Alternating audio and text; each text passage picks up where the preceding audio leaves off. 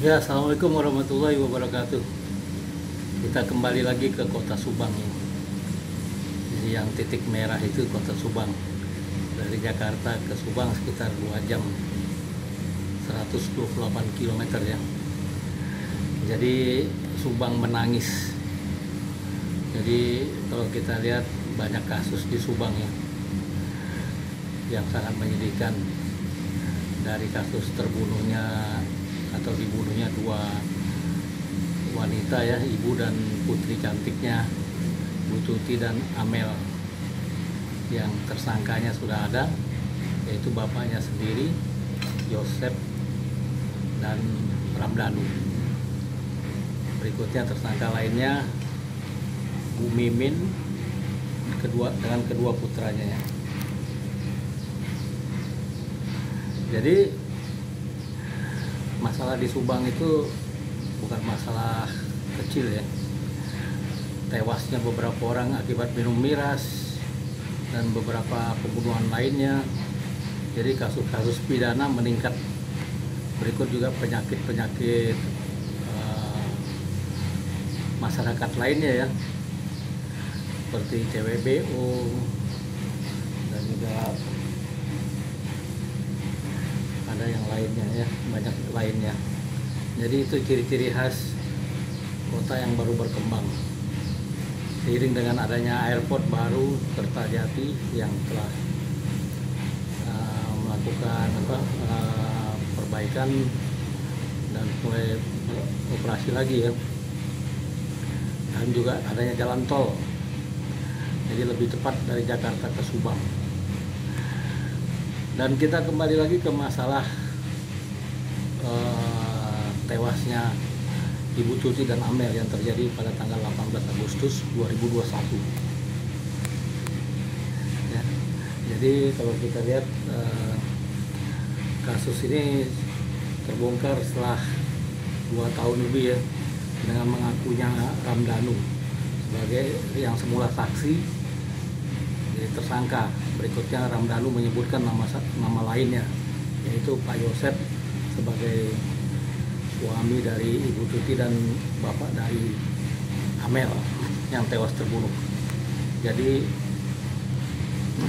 setelah lalu prarekonstruksi dan pra-peradilan, nampaknya polisi Polda Jabar menang dalam pra-peradilan, dan juga ada saksi baru, Purnawirawan katanya memiliki CCTV pada saat kejadian itu ya. Ada yang lewat naik motor NMAX diboncengi, dan juga beberapa barang bukti ada di sana. Tapi untuk jelasnya kita belum ketahui ya, belum ada press release lagi dari Polda Jabar, dari Humasnya terutama, dan dari Direktur Krim Nah ini kalau kita lihat dengan 3 tersangka yang belum ditahan dan mengajukan pra-peradilan kalah ya. Yang menjadi pertanyaan di sini, dari mana ketiga tersangka itu, Ibu Mimin dan putranya itu, mengetahui atau datang ke tempat itu, ke tempat TKP pada malam itu atau pada pagi ya, menjelang pagi itu gitu. Ya. Jadi bagaimana Ibu Mimin mengetahui ada rencana pembunuhan itu dan datang ke tempat itu? Nah itu masih tanda tanya besar ya, karena kan Ibu Mimin sebagai tersangka dalam rekonstruksi itu kan ada perannya gitu. Ibu Mimin, putranya berperan, duanya ikut berperan di situ pada rekonstruksi ya. Jadi bagaimana Ibu Mimin itu mengetahui pada saat itu ada kejadian, ada rencana pembunuhan gitu loh. Kalau Ramdhanu kan dia ini ditelepon oleh Pak Yosep dan ketemuan di Pecel Lele. Itu hubungan awal antara Pak Yosep dengan Ramdhanu, itu sesuai dengan rekonstruksi ya, di Pecel Lele awalnya. Tapi Bu Mimin dan putranya, dua putranya, bagaimana itu? Nah, ini sangat riskan ini di sini, karena kalau ini terbukti berarti hukumannya terhadap Ibu Mimin dan kedua putranya akan menjadi berat, karena ada perencanaan juga di situ, ya. Jadi bagaimana Ibu Mimin berada di TKP dengan dua anaknya itu, dengan putranya, ya. Karena sementara kan tidak ada yang mengaku ikut terlibat, walaupun sebagai tersangka, gitu. Tapi apabila terbukti, ini akan hukumannya akan berat sekali, ya, gitu.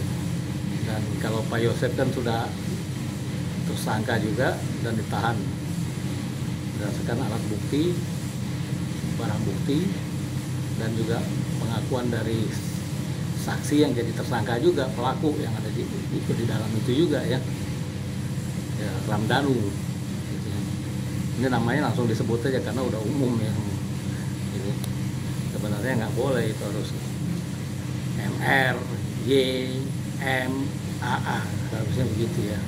Tapi dia karena udah umum, udah semua orang menyebut, ya kita ikut sebut juga deh. Harusnya inisial aja, karena nanti bersalah atau tidaknya kan pengadilan yang menentukan pada saat di sidang, ya. Jadi kalau kita lihat masih kita tunggu juga penyerahan berkas dari kepolisian ke kejaksaannya, gitu, berkas finalnya. Jadi berikutnya mungkin dipelajari 1 bulan oleh pihak kejaksaan dan 1 bulannya kemudian sidang, gitu ya. Jadi mungkin 2 bulan ke depan sidang. Jadi itu kalau jatuhnya bersamaan dengan pemilu mungkin ditunda seminggu, ya, gitu. Nah, ini kita lihat dalam persidangan ini, kalau yang mengherankan pemeriksaan awal saat kejadian, ya, setelah kejadian itu 1 minggu kejadian, setelah olah TKP, mengapa Ramdhanu itu bisa lolos dari Polsek, pemeriksaan Polsek dan pemeriksaan Polres, ya.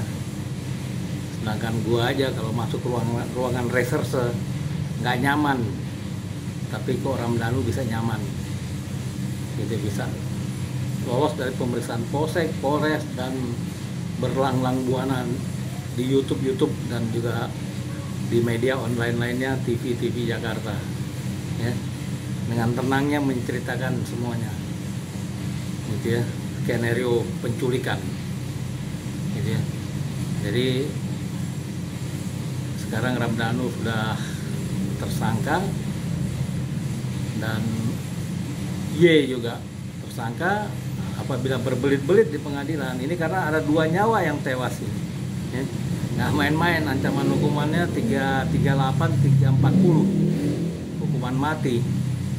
Nah, apabila yang 3 juga masih tetap bertahan, nggak mengakuinya, tapi nanti di pengadilan terbukti, atau sebaliknya juga memang nggak ikutan, ada kelompok lain di sana, nah itu nanti hakim yang mempertimbangkannya.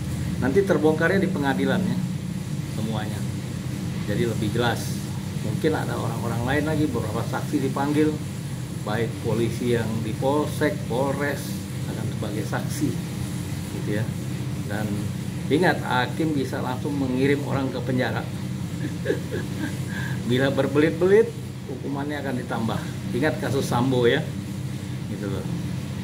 Kasus Sambo itu sang supir yang orang sipil baru masuk 2 minggu kalau nggak salah, itu masuk kerja kembali setelah COVID, libur 2 tahun, ya.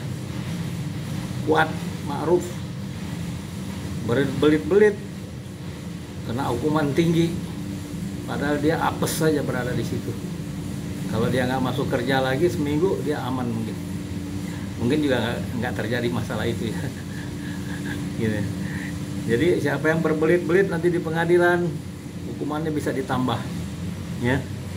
Terus waspada. Jadi berterus terang aja, rame-rame datang ke Polda Jabar, ngaku aja deh semua, gitu ya, keterlibatan di mana-mana, gitu. Daripada nanti di dalam persidangan dipanggil jadi saksi berubah jadi tersangka karena berbelit-belit, ya, dan mungkin terlibat juga gitu.